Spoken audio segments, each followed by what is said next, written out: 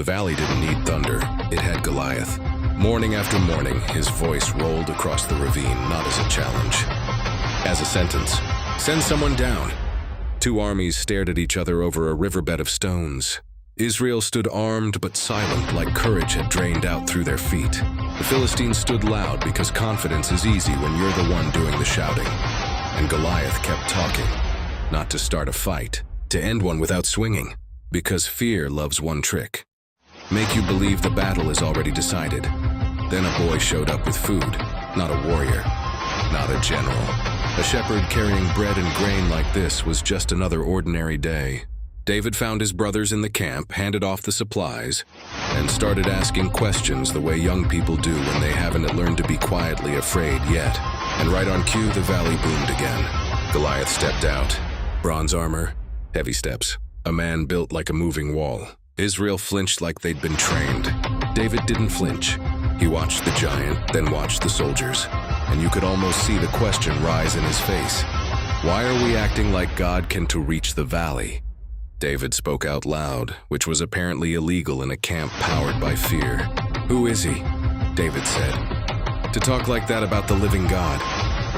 His brother snapped at him first. What are you doing here? Go back to your sheep, because that's what happens when faith shows up in a place that has gotten comfortable with excuses. But David didn't come to argue. He came because something in him refused to normalize intimidation. Soldiers heard him talking and started whispering. He says he'll fight. And when people who've been hiding hear someone who isn't hiding, it spreads fast. They brought David to King Saul. Saul looked at him like he was trying to solve a problem with a child. You can't, he's been a fighter his whole life. David didn't puff his chest. He didn't pretend he was stronger.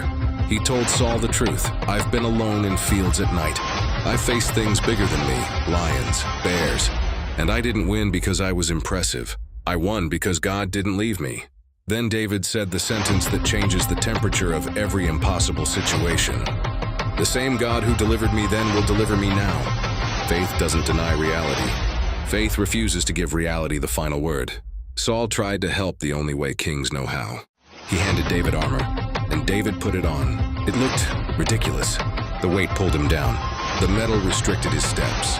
He couldn't move like a shepherd. David took it off, because you don't defeat a giant by dressing up like someone else's calling. You win with what God trained you with in private. David walked down toward the stream. No applause, no dramatic crowd chant. Just a boy in a valley and the sound of fear behind him. He knelt at the water and picked up 5 smooth stones. Not because he doubted God, because faith isn't sloppy.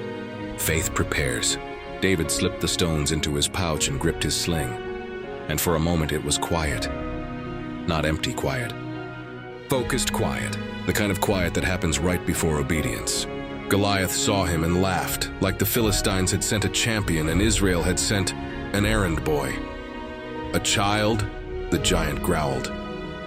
Is this an insult? He stepped forward, voice thick with arrogance. Come closer. I'll feed you to the birds. Goliath had weapons. Goliath had size. Goliath had experience. David had something else. David lifted his voice and spoke like someone who knew heaven wasn't intimidated by height. You come with a sword and spear, but I come in the name of the Lord. Then David said the line that hits like a hammer. This battle belongs to God. Goliath charged. The earth shook under his steps. And David ran toward him, not away. Because courage doesn't wait for fear to be polite. David swung the sling, once, twice. The stone left his hand like a decision released, and it struck the giant's forehead. Goliath stumbled, a massive body suddenly confused by a small impact, and then the champion fell forward into the dust. Silence swallowed the valley. Israel's soldiers stared like their brains couldn't process what their eyes were seeing. The giant was down. David ran forward, took the giant's own weapon, and ended what the stone started. The Philistines broke first, because when the thing everyone feared is exposed as beatable, the entire system of intimidation collapses. Israel surged forward with a roar that had been trapped in their chests for 40 days, and David stood in the valley not looking like a superhero, just a boy who believed God was still God, even where fear lived. Some of you don't have a Goliath with armor. You have a Goliath named anxiety, a Goliath named addiction, a Goliath named debt, a Goliath named grief, a Goliath named I'm not enough, and it has been shouting at you the same way, morning, night, repeating threats until they sound like facts. But David's story isn't be brave. David's story is this: God doesn't need you to be the biggest in the valley. He needs you to stop agreeing with fear. Pick up what's already in your hands. Take the next step, and let the giant learn what you are finally learning. The battle was never yours to carry alone. Verse anchor, 1 Samuel 17:47, the battle is the Lord's.